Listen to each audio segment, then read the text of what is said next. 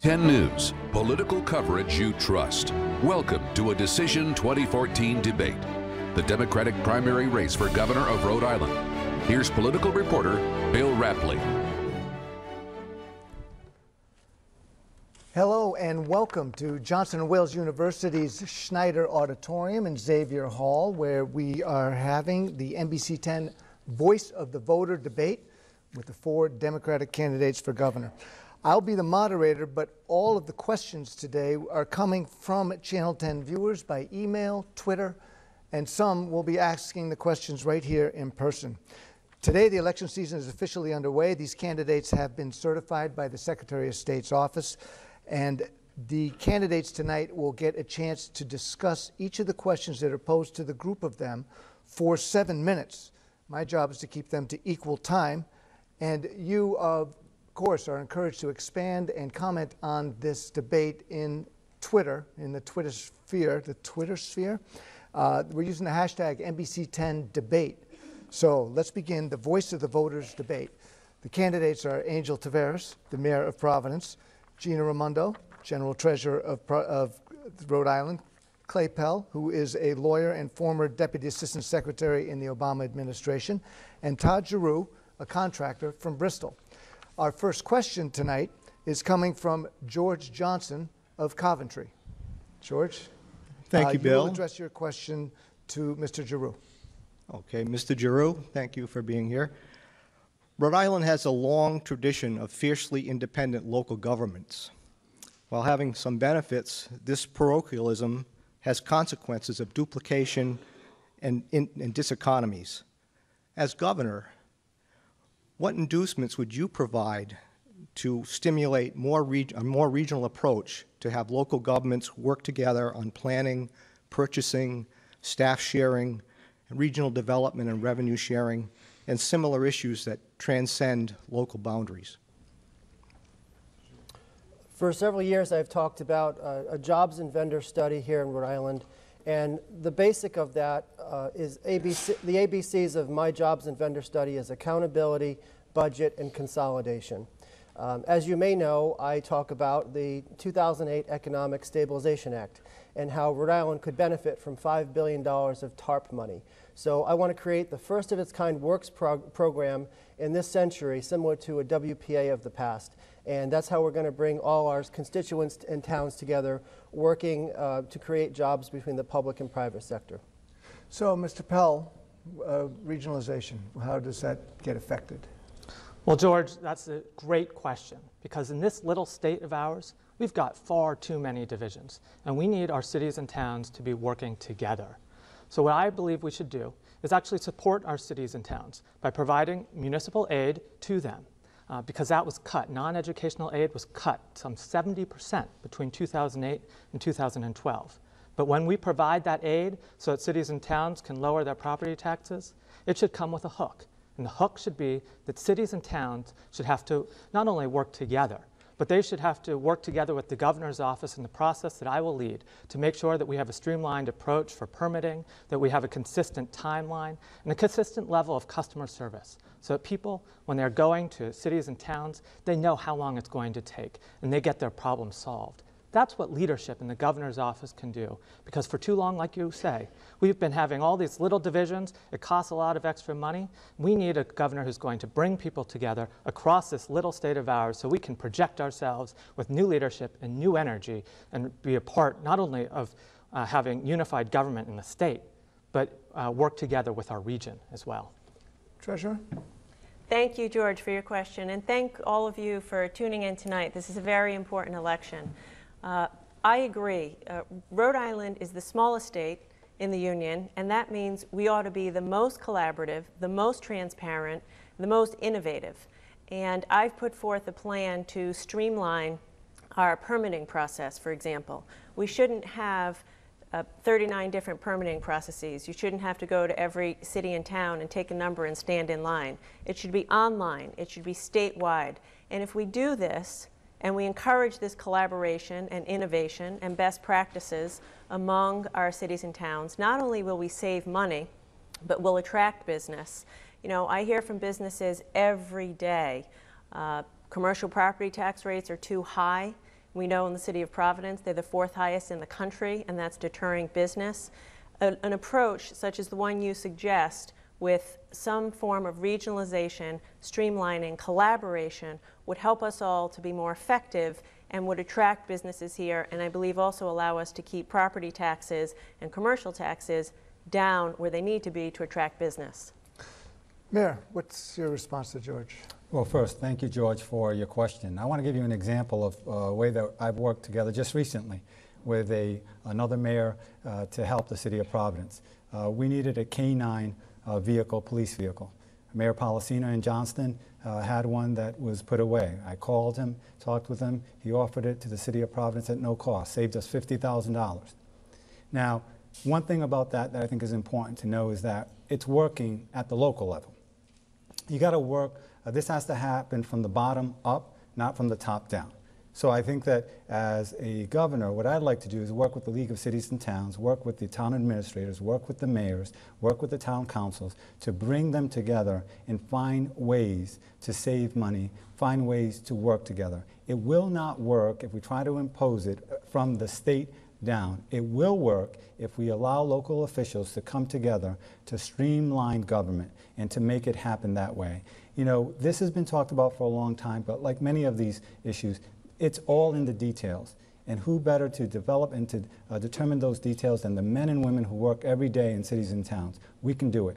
We can definitely do it. So, Mayor, your best example of regionalization is you got a surplus truck from Johnson. I mean, is it a question of all the municipalities getting together and putting the equipment they don't need into an auction block so that the other towns can get them? It's one example, Bill, just a very simple example of a situation where had we not had that conversation, we would have spent more money than we needed to get the vehicle. And what I'm trying to point out more than anything, having been a mayor of a city for the last several years, is that we have to work together at the local level to make it happen. A lot of times government tries to work from the top down. And what I want to emphasize is that most importantly is working with the leadership at the local level to find solutions and to be supportive at the state level. Mr. Pell, you and both the treasurer mentioned streamlining the permitting process. This is something that's been out there for a long time. Why hasn't it happened, and what do you think the governor can do to change that? I mean, these are all town halls, city halls, they've all got their own intricacies that you're going to try to cut through? Well, I think it hasn't happened because we haven't had leadership that is both strong and listens at the same time. What I've proposed is that we provide an incentive to our cities and towns because we know that they've been hit hard and that's caused them to raise their property taxes. So what we need to do is provide them the incentive so that then they are able to provide the services they need at a fair tax rate. But we can also do it by having the hook that they do streamline so that there is a consistent and predictable timeline that is similar in Johnston or similar in Providence or similar wherever it is. That's what leadership in the governor's office can do. And it's what a new perspective, I think, really can bring. Treasurer, do you agree? Is it? Well, I do. I think this is a perfect opportunity for governor to lead. Rhode Island needs a governor who's willing and able to make the tough decisions to move the state forward, even if it means going up against special interests or the political system.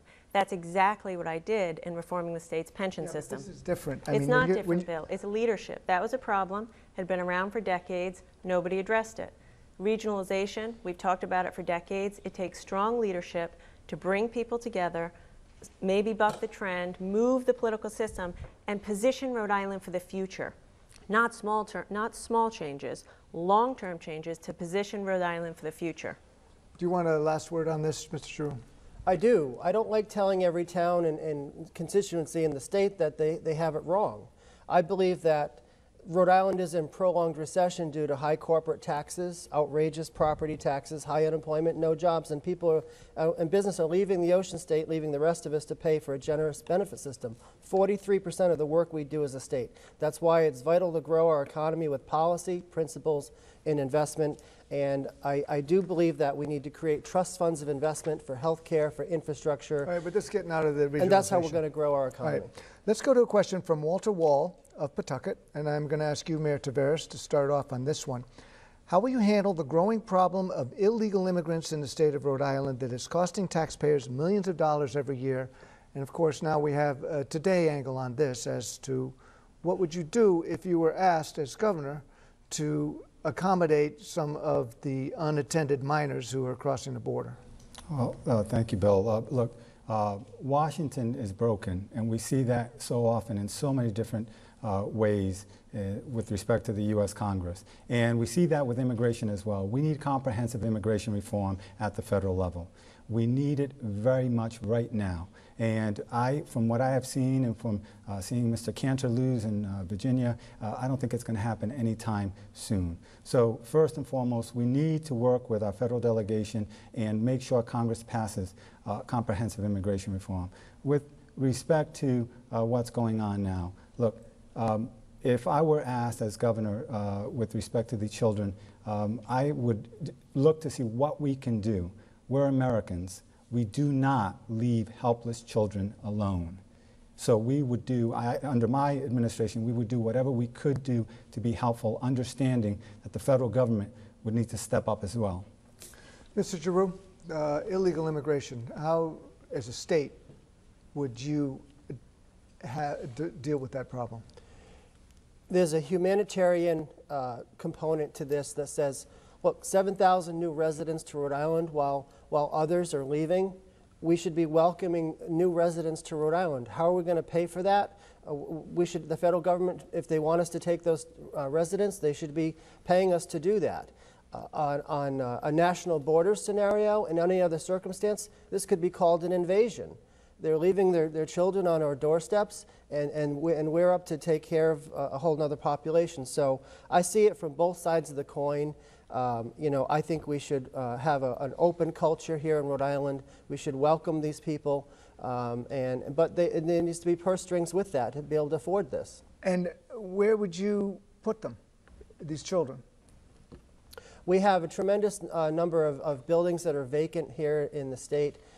Certainly a lot of foreclosures, and so I think we can renovate buildings. We have a homeless problem here in the state, so we don't. It's not a space problem. It's a put people to work, renovate buildings, and work hard to build systems that accommodate these new people. Mr. Pell? Well, I served in the Coast Guard and in the Department of Homeland Security, and so this is a deeply personal issue to me. And I've seen the photographs, heart-wrenching photographs that we have all seen on the news. So I think we need to work together with the federal government to make sure that the federal government not only passes comprehensive immigration reform, but does more to strengthen our borders and does more to prevent illegal immigration. But at the same time, I think it's critical that in this state, we not get distracted. We not start focusing on other issues, that we continue to focus on the economy, because that is going to really be the most important piece of what the next governor can do. I guess the gist of Mr. Wall's question was that illegal immigrants are costing Rhode Island taxpayers millions of dollars a year now. Do you have any suggestion of what to do with the undocumented people that are living in this state now? Well, I believe that this is a state that welcomes people. And while I will absolutely enforce our laws, I also believe that the way for this state to move forward is not going to be by attacking certain groups of people, but by recognizing that we are all in this together, and that what the next governor needs to do is focus on fixing the economy. And the way we're going to fix the economy is by fixing the broken politics of this state, of broken politics that continues to be heavily driven by special interests, by PACs and state lobbyists. We're getting off the topic a little bit. Let me ask the treasurer about the big question about illegal immigrants in the state, and then the today question about what if these unaccompanied minors were presented to you. Yes, Congress needs to act. Immigration reform is desperately needed in this country. We have millions of undocumented immigrants living in this country. There's no clear path to citizenship. Congress must act. The President and Congress have to lead, secure the borders, provide a path to citizenship. And it has to happen now. These are real lives. It's not politics. What I see when I look at the television, the issue of today, as you say, the first thing I think of as a mother is, what if those were my kids? That's the first thing I think. I wouldn't want my children treated that way. So I think Congress needs to act now. As to the question of what Rhode Island should do, should we take them in, it's a difficult question. Of course, as governor, I would love to be able to do that. However, the resources have to come with it. We are struggling. We have the highest unemployment rate in the country.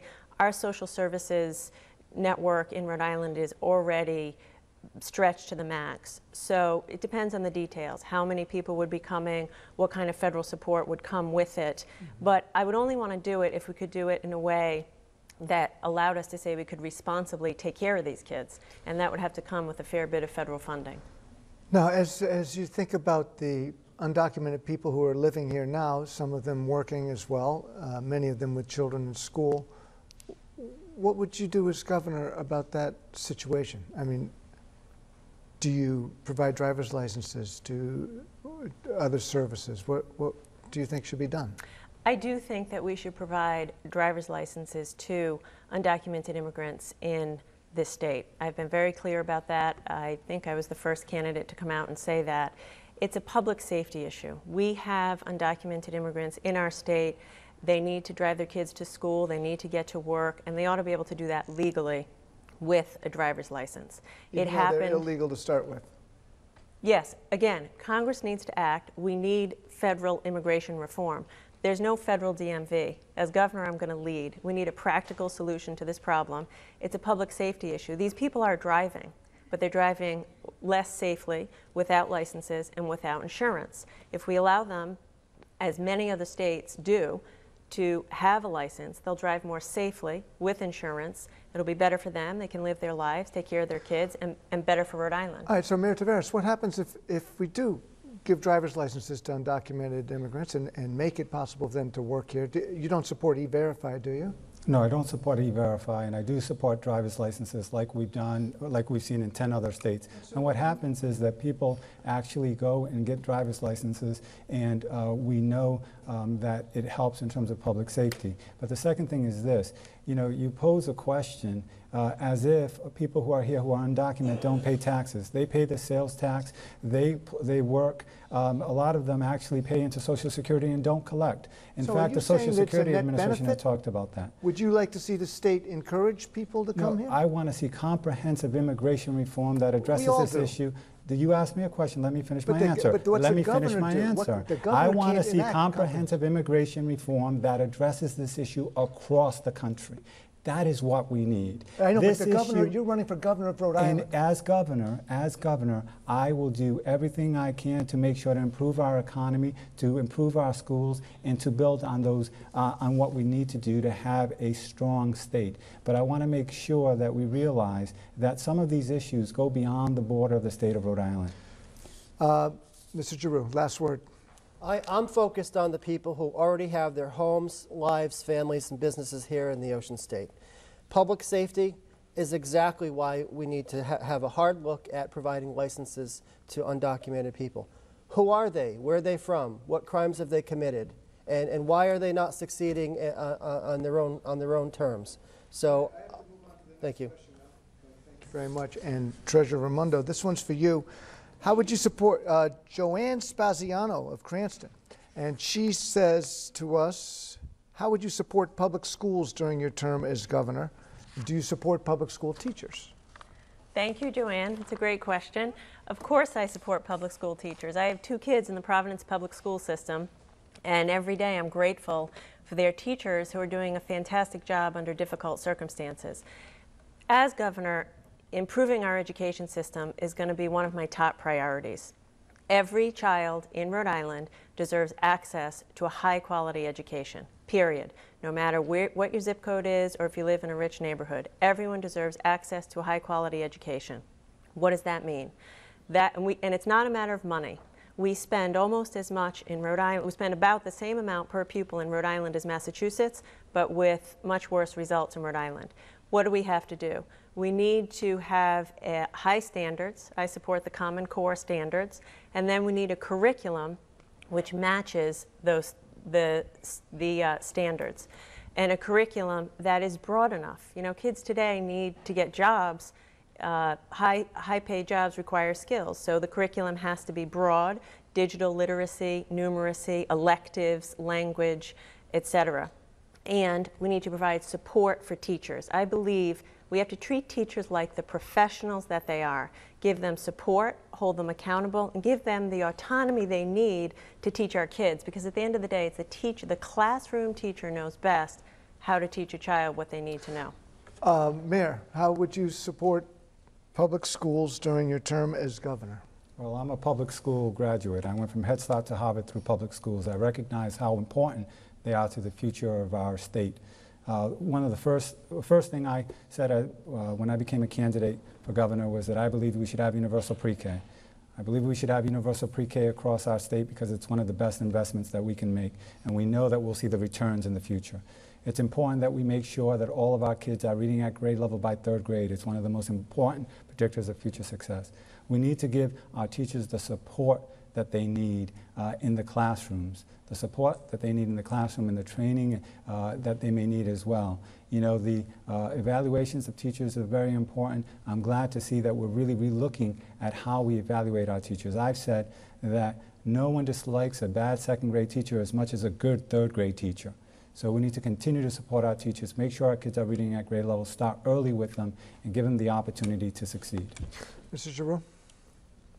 I think the STEM to STEAM program is an excellent source to integrate all the subjects: science, technology, education, math. The arts programs that are being cut in schools today is the absolute nexus point where we can bring in role models from the community, where students understand they're not just learning subjects. It's a comprehensive way to connect the dots between what they learn and the skills and the employers that they need to go to work for. So I'm very encouraged by the STEM programs I've seen. I don't believe the success is going to come with committees and gubernatorial boards. It's the most effective way to integrate subjects, you know, to the pathway to jobs here in the Ocean State. Mr. Pell? Joanne, you asked how the next governor will support public schools. Well, I will support public schools not by giving you and public schools lip service, but by providing a real plan and the resources to make Rhode Island have the best public education in the country. It is not happening right now. We are leaving children behind, and it is wrong. And that's why I've put forward a plan to provide every high school student in this state with the opportunity to take part in an internship program. It is why I've put forward the Hope Scholarship Program, because we have students burdened by huge levels of debt. And it's why I am proud to have the support of teachers across this state, because I believe we need to empower our educators and give them the space so that they can inspire the creativity that the students need, that will help those students pursue a dream, develop a passion, whether it's in art, music, language, or sports. After-school programs that keep getting cut. These are the things that make students strong, that make students engaged, and make us compete, not only in this state, but compete around the world. That is what my plan does. Well, so does that, so do you support Common Core? I mean, it probably doesn't test for art and music, the Common Core standards, and it probably doesn't give teachers that much leeway when it comes to what their curriculum is going to be. Do you support Common Core? Do you support the testing requirements for graduation? I oppose high-stakes testing as a graduation requirement across the board. I think that these types of mandates, as you said, push out art, music, language, after-school programs. I saw, as I worked with schools and educators across the country in language, how they were pushed aside because we were going in the wrong direction. I think it's time that we empowered our educators and gave them the space to develop the creativity of their students. Okay, so Treasurer, you talked about giving autonomy to the teachers, but you support Common Core. So do those go together? Absolutely. The Common Core, it says what a student needs to know by the end of a certain grade. But then, you know, a teacher and principals can have autonomy to do what's required in order to make sure that that student hits that standard. What we can't do is lower our standards, because that's letting our kids down. To get a high-paid job, you need skills. Do you think the legislature was wrong to throw out the kneecap tests? I don't, because the kneecap, I think we should move away from the kneecap. I have said that. You know, I think I'm a proponent of trying the PARCC test, and I do think when we introduce that new test, we should take a page out of the book from our neighbor to the north in Massachusetts. When they introduced new curriculum and new tests, they did it with a lot of teacher input, and they did it over a number of years. So we have to keep standards high. We have to make sure that our students are learning. We have to hold our teachers accountable, but we have to do it in a way that respects teachers as professionals and gives them the support and tools they need. So, Mayor, is that a balance between making teachers accountable and testing the kids to see if they should graduate? Well, there is a balance. I mean, I support the Common Core, but the important thing is how you implement it. And I think we've seen in New York, for example, that they've taken a pause and they're focusing on implementing it and doing it right. And who better to help you than the people who are in the classrooms each and every day teaching students. Now, with respect to the testing, I was opposed to the kneecap testing requirement. My superintendent in Providence spoke out against it. I wrote against it. I didn't think it was inappropriate, and I'm glad to see that it will not be a graduation requirement. Well, thank you. We did that discussion in 7 minutes. Very well done. The next question comes from the audience, and it's Karen Romanelli of Smithfield. Good morning, good afternoon, candidates. I'm happy to be here. And this question will go to Mr. Pell. Mr. Pell, with the rising number of gun violence in this country and the NRA saying the government is trying to take away your Second Amendment rights, how would you make Rhode Island a more safer place to live? And would they include better background checks, making gun owners more legally liable for their guns, and making all assault weapons illegal? Thank you for not only asking that question, but raising the important issue of making sure that everyone in the state feels safe. I come to this as a former prosecutor, and I've put forward a plan to make sure that we have safe communities. And it starts with making sure that we do have common sense restrictions on gun violence, because we should not be having the violence that we have. We need a real plan, and that includes restrictions on high-capacity magazines, but also requires education and really dealing with the issues that we are facing as a community and as a state. These are the things that the next governor can do, and it's what I've put forward through my education plan, through my plan to tackle domestic violence so that women feel safe in their homes and their communities. And it's what I'm going to do every single day as a former prosecutor and holding people accountable for crime. So on those questions, stricter background checks? Sure. Gun owners legally responsible for their weapons? Well, there are a series of common sense things that we can do, and we should do them. We have to do them. Is that one of them? Absolutely. So if a gun's stolen from me and used in a crime, am I liable? I think that we have to get the details right. Okay. This is a state that does have the Second Amendment right, so we have to do it with balance. But I will absolutely support making sure that people feel safe in our homes and our communities. Treasurer. Thank you, Karen. I'm from Smithfield as well, so it's nice to meet you, and thanks for your question. Yes, we need to do more to cut down on gun violence. Just last week, 5 people were shot in the Chad Brown Project in one day. We have to do more. We need a ban on military-style weapons. They're called military-style weapons because they belong in the military and not in our streets and not in our schools and not in Rhode Island. I do think we need stronger background checks. I was pleased to see the General Assembly made a step forward in doing a better job accounting for mental health in the background checks. I also think we need to teach nonviolence in schools. You know, we need to take a holistic approach to this, and starting teaching nonviolence in schools has been shown to be very effective. But at the end of the day, what we can't do is be bullied by the NRA.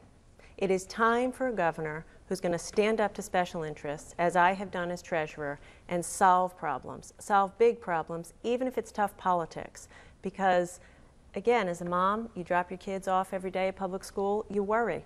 We shouldn't have to worry. We should be standing up to the NRA, having common sense gun reform, and keeping Rhode Island safe. Mayor Taveras. Gun violence is a cancer. If you don't address it, it spreads. And it's something that we have seen too much of, because any violence is too much violence. And with respect to your question more specifically, I think absolutely we should have better background checks, that we should ban assault weapons, that people who are irresponsible with their weapons should be liable as well. We also, and something that I've worked on for a long time, since 2011, I've been a member of Mayors Against Illegal Guns, because illegal weapons are really ending up on our streets all over this country and really destroying lives, not just the lives that they're taking, but the lives that they leave behind. So that's extremely important for us as well. And we need to make sure to have common sense gun legislation here in the state of Rhode Island. I look forward to being the governor to make sure that that happens, because any violence is too much violence, and we need to address it. So what is a common sense regulation? Doesn't Rhode Island already have some of the strictest gun laws in this country? And what would you propose that would be different? Common sense means making sure that everyone has to undergo a background check. Common sense means making sure that we don't have the ability to buy assault weapons on our streets. Common sense means that we address straw purchasing, which is when someone purchases a gun for someone else. These are all common sense. Common sense means you don't need a high-capacity magazine to put into a weapon. Those are all common sense gun reform that we should see happen in our state. Mr. Giroux, the guys who are using guns for illegal and murderous purposes are probably not obeying gun laws to start with. Why are new gun laws going to change the violence on the streets? Bill, the easiest thing to do when one considers running for office, being a leader of a state, the easiest thing to do is to stand by those people who gave their lives so that we have a constitution here in America and in Rhode Island. Rhode Island is a border state. The businesses and people in their homes need to feel safe. And if they're doing cash transactions and people have their homes to protect, I absolutely stand with the people in this country who fought and died for our rights here in America. The crime and the murder that you speak of, you know, that has a range from everything from capital punishment to abortion. And I stand by the people in this country who want to protect life and defend their homes. So you're saying more guns will make us safer? I believe that we need to get it right. I do believe the mentally ill should not have access to those weapons. Beyond that, it's the easiest thing to do is stand by the people who have fought and died so that we can stand here as a free country. So, Mr. Pell, what do you do with that problem, that you make laws for people who aren't going to obey the laws anyway? I think we have to enforce our laws. But, you know, I come to this having trained in the military and having been trained to use a weapon. But I believe firmly that high-capacity magazines and assault weapons have no place in our communities. And so, yes, I do think that should be banned. And I think that we should enforce that ban once it's in place. And Treasurer, I mean, you make laws for people who aren't going to obey them anyway? I mean, you did mention nonviolence training in schools as another method to reduce gun violence, but you'd like to see more gun laws? I'd like to see some more gun laws, as I've said, with assault weapons and better background checks. I'd like to see nonviolence training. We need to enforce the laws. We also need more community policing. You know, at this point, we have over 100 shootings a year in the city of Providence. And under the mayor's leadership, he's cut police. I know budgets are tight, but we need more community policing. And that will help us to enforce the laws and make sure that people are kept safe. All right, Mayor, you want to jump in? Well, I think she should say the whole story. First of all, we just won an award from the New England Chiefs of Police for community policing. We just won an award just recently for community policing. With respect to shootings in the city, any shooting is a shooting we should not have.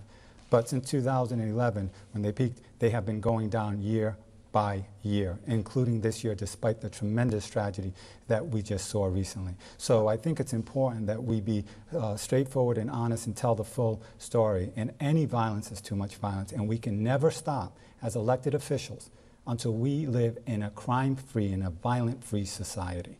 All right, we're out of that topic. Let's go to a question from David Lalier of Providence, who asks for Treasurer Raimondo.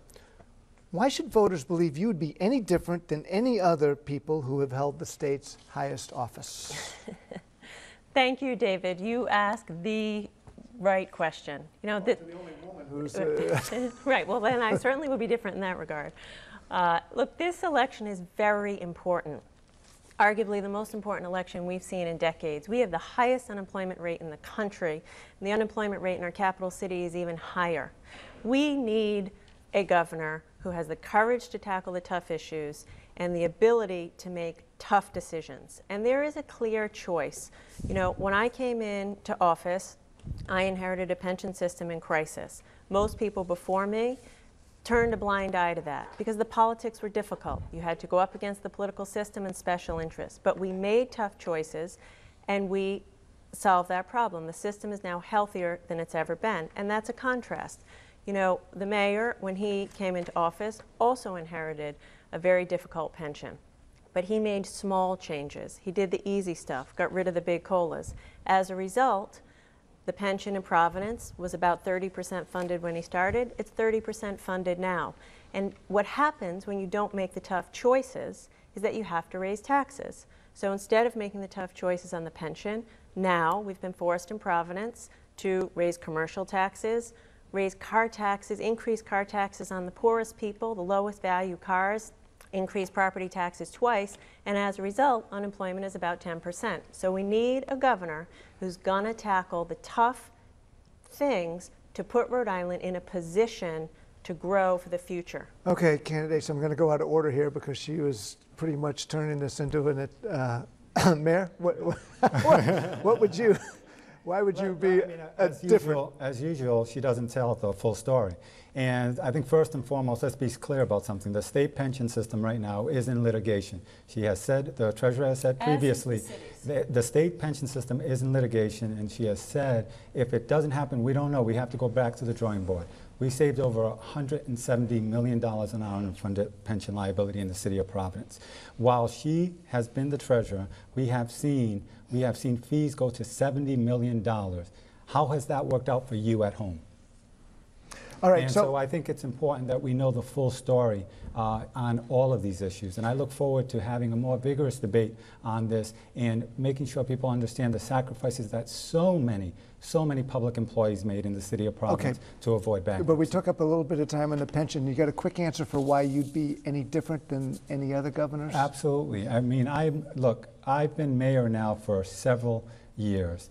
This has been a very difficult job, but I have shown that I can bring people together to actually solve problems. And that includes all of our unions. That includes our universities, including Johnson & Wales, who is here today. That includes our hospitals. That includes also our retirees. It hasn't been easy work, and a lot of people have been part of that solution. But we have moved the city forward, and we're seeing that now because of the sacrifices that many people made. I believe we're all in this together, and I look forward to leading the state. Mr. Giroux, why would you be different than any of the other governors before you? Rhode Island has never had a governor that's of the working class people here in Rhode Island. The working class people in Rhode Island and in this country are in an economic war with Wall Street corporations. And takeover of America they're trying to redefine our laws of equity and property rights. It includes pensions, it includes homes and foreclosures. And I'm that Main Street candidate who understands what the hardworking people of Rhode Island are going through. They bailed out the banks, and that repaid TARP is absolutely intended to go to distressed communities across the United States. $400 billion of repaid TARPs means that Rhode Island can get our fair share for that $5 billion, and with real investment in Rhode Island, crime will go down, and we'll create our statewide commerce fund for small businesses and property owners. We'll have trust funds of investment for health care, for infrastructure, programs that create interest and take pressure off cities, towns, and the property taxpayers. And that's the kind of difference that Rhode Island needs in a governor in 2014. Mr. Pell, let me just repeat the question so we don't get into a pension talk again. Why should voters believe you would be any different than any other people that have held the state's highest office? Because I've refused to accept contributions from PACs and state lobbyists. The political culture we have here is fundamentally broken, and it is inappropriate for the governor to accept money from the very same people who are paid to influence the decisions that he will make. And so that is what will make me different, because I will not be beholden to those special interest groups that are contributing money to my campaign. Instead, I will focus on the real problems of the state.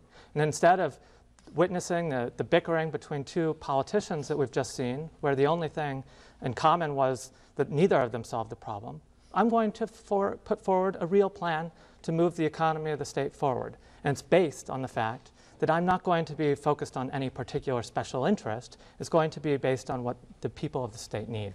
But Mr. Pell, your campaign is almost entirely based on the support of the teachers union. They are a special interest. Well, that's not true. My campaign is based on the belief that politics can be different in this state, and that we need a new generation of leadership to change exactly the culture that we've been seeing. A culture that claims and takes credit for things being solved when they haven't been. A culture that thinks it's okay to continue to accept money from the same people who are paying to influence the politics of this state. I am proud not to have accepted a dime from PACs or state lobbyists, because I think we need to move forward in a different direction.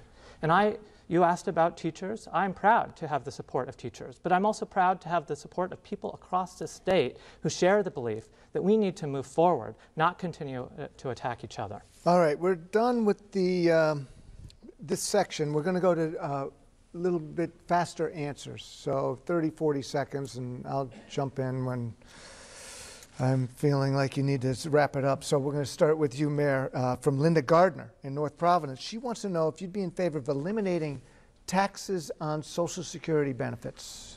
I think we need to look at all taxes, comprehensive review of all taxes, and particularly on Social Security benefits.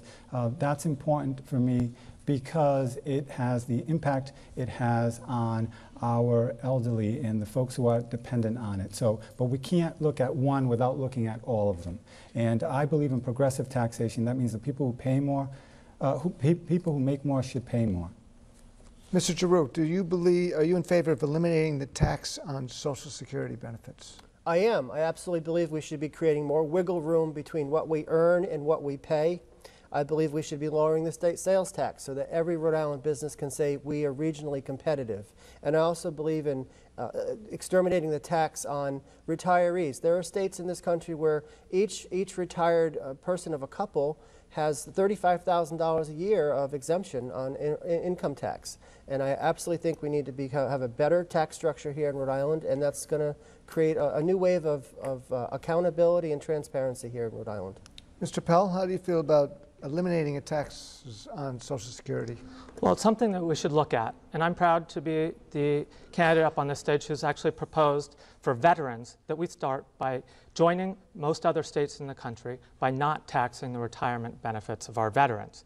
But when we talk about tax, let's start by opposing the General Assembly decision to cut property tax relief for low-income Rhode Islanders and instead give tax break to wealthy Rhode Islanders. I'm proud to be the candidate on this stage who's clearly opposed that move and to stand instead with our working Rhode Islanders.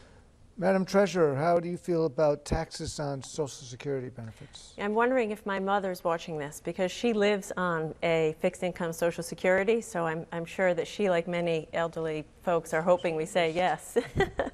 But I think we should look at it. But here's the reality. We need a certain amount of money to run this government in order to have well-funded public schools, first-class infrastructure, and to be able to put people to work.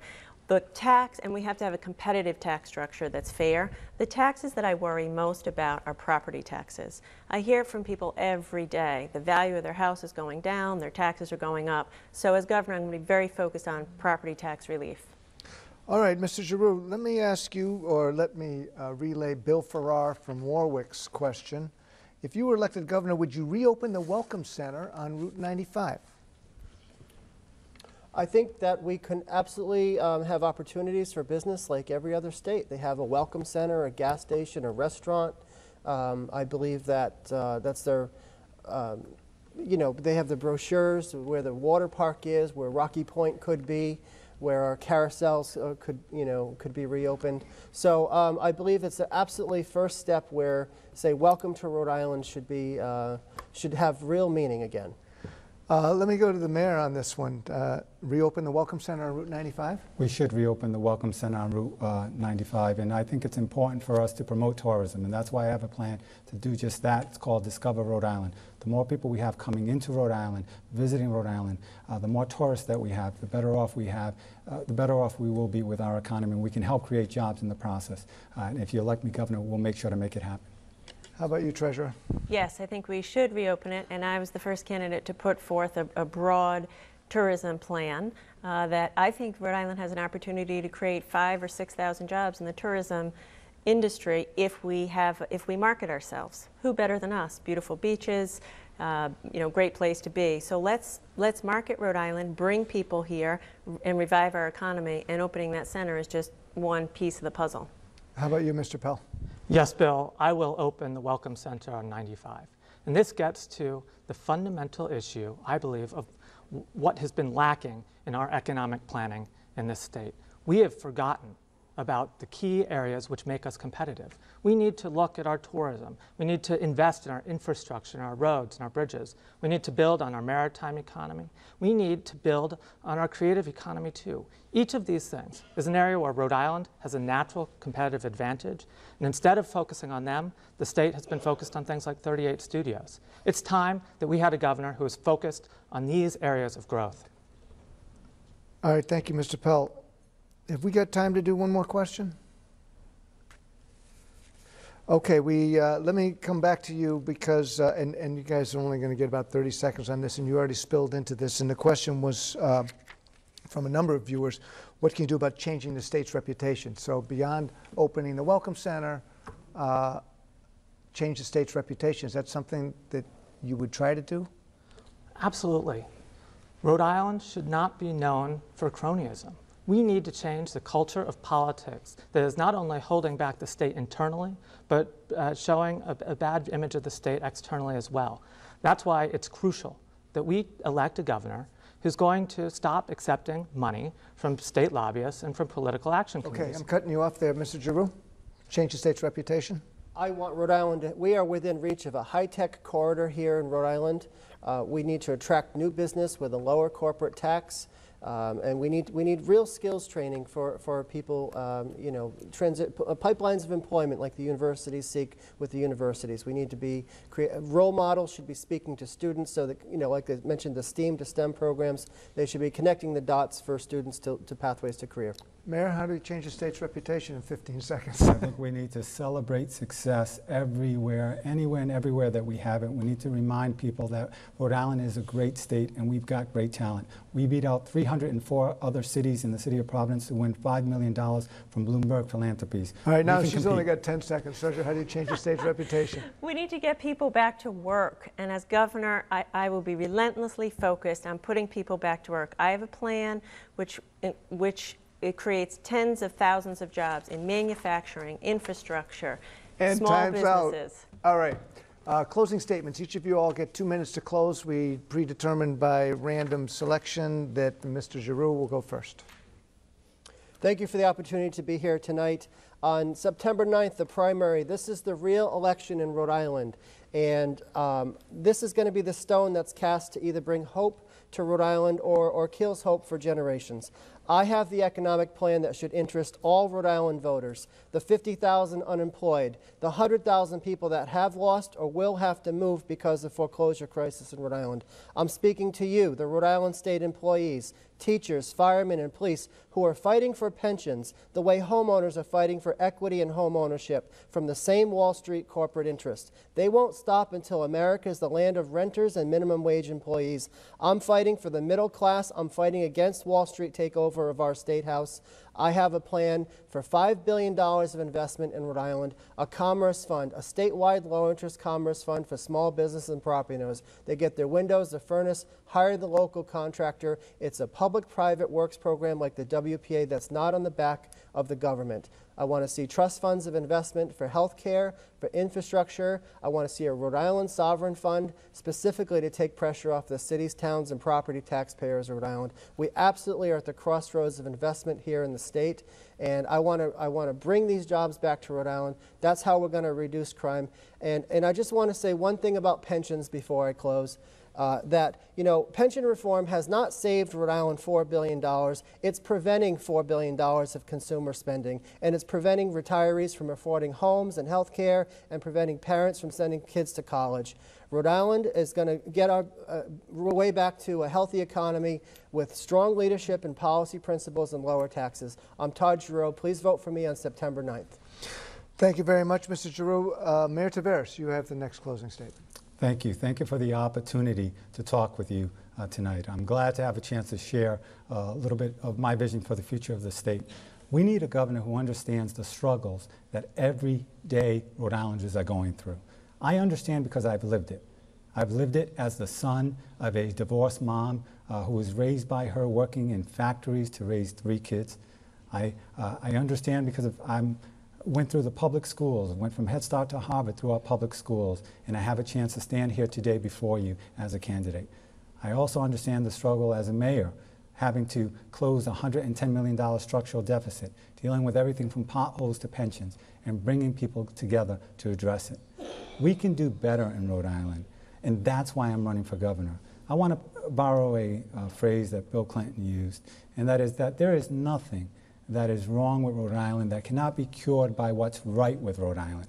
We need to build a diverse economy here in our state, and we have the talent to do it. It should go from technology to tourism. My first plan on training Rhode Island is matching employers with the Community College of Rhode Island and making sure we train our workforce. I have a plan to invest $800 million over 15 years in our infrastructure. It's called the Ocean State Infrastructure Trust. That's rebuilding our roads, our bridges, our school buildings, our government buildings, putting people back to work right away. I mentioned to you tonight Discover Rhode Island and how important that is to make sure to attract people into the state of Rhode Island. We need to improve education because you can't have a strong economy without a strong education system. And we need to focus on cradle to career. And if you give me your vote, if you support me, I will work every single day as governor of the state of Rhode Island to make sure to put your interest before mine, to make sure that we have a state we can all be proud of. Thank you. Thank you, Mayor. Treasurer Raimondo, your closing statement, please. Thank you, Bill, and thank you to everybody who tuned in tonight. Rhode Island has the highest unemployment rate in the country. All of our friends and our family are struggling because of it. We need a governor who can create bold action, move the state forward, and get people back to work, not somebody that offers more of the same. You know, the story of Rhode Island is that we used to be a state that made things. It wasn't that long ago that tens of thousands of people worked in factories making jewelry and textiles, and then they all left. They went overseas, and we didn't position ourselves for the future. You know, that was my story. My dad worked in the watch factory for 26 years, and it provided my family with a good middle-class life. I remember his carpool, he and all of his friends. They all had good jobs at the factory. And the factory went overseas. Well, now we need to rebuild Rhode Island. For the first time in a long time, manufacturing jobs are coming back from China to America. And when I'm your governor, we're going to get our fair share of those jobs right here in Rhode Island. We're going to focus on manufacturing in areas that we can be great at: marine science, food science, advanced manufacturing, healthcare. We're going to make things again in Rhode Island, and I know how to do that. As treasurer, I've shown I can do big things. Before becoming treasurer, I ran a company right here in Providence, and we worked with small businesses. And together, those businesses created over 1,000 jobs. One of them was a Narragansett beer company, which we brought back, and they're now doing well. It's time to rebuild Rhode Island. We deserve well-funded and flourishing public schools, first-class infrastructure, and jobs for people, good middle-class jobs. That's why I'm running for governor. We can do this. It's time to rebuild Rhode Island, and that's why I'm running. Thank you. Thank you, Treasurer. Our last statement will come from Mr. Pell. Well, thank you, Bill. It's been an honor to join you and to share my plan to make Rhode Island ready for tomorrow. I'm not a politician. I served as an officer and prosecutor in the Coast Guard, as a leader in the Department of Education, and as Director for Strategic Planning on President Obama's National Security Team. My service in the Coast Guard taught me a valuable lesson. If we want to change our destination, we need to change our course. We need a real and practical plan to create jobs and make Rhode Island ready for tomorrow. That's why I've proposed a plan I can put into action my first day as governor. I will fix our crumbling bridges, roads, and infrastructure. I will support a comprehensive women's equality agenda to make sure that we fulfill the promise of equal pay for equal work, to defend a woman's right to choose, and to strengthen protections for women and families against domestic violence. And I will offer every public high school student a career training internship and tackle the burden of student debt with Hope scholarships. They're inspired by Pell Grants, which my grandfather led into law, which have opened the doors of college to millions of Americans. We can make Rhode Island ready for tomorrow. If we end the politics of cronyism and the reliance on special interest money, and if we elect a governor who is free from the influence that money buys in politics. I have refused to take a dime from PACs and state lobbyists. I don't want to be their governor. I want to be yours. So join me on September 9th, and let's make Rhode Island ready for tomorrow. Well, I want to thank all of you, Mr. Giroux, Mr. Pell, Madam Treasurer, Mayor, for a vigorous debate. I appreciate it. And I want to give thanks to the audience. You all have been great. You can give yourselves a round of applause now for being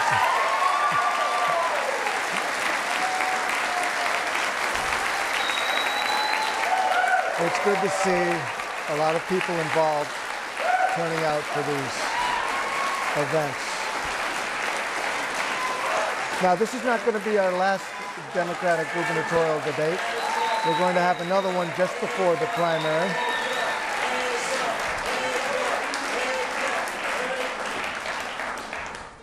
And we will have another debate with you four as long as you're all still in the race come just before the primary on September 9th. And it has been a pleasure to host you here. And thanks to Johnson & Wales for providing this wonderful facility, which is right on the edge of the 195 land, which has a lot of hopes for all of us here in Rhode Island. So for everybody at NBC 10 News, I'd like to say thank you for watching the Voice of the Voter debate. Have a good night.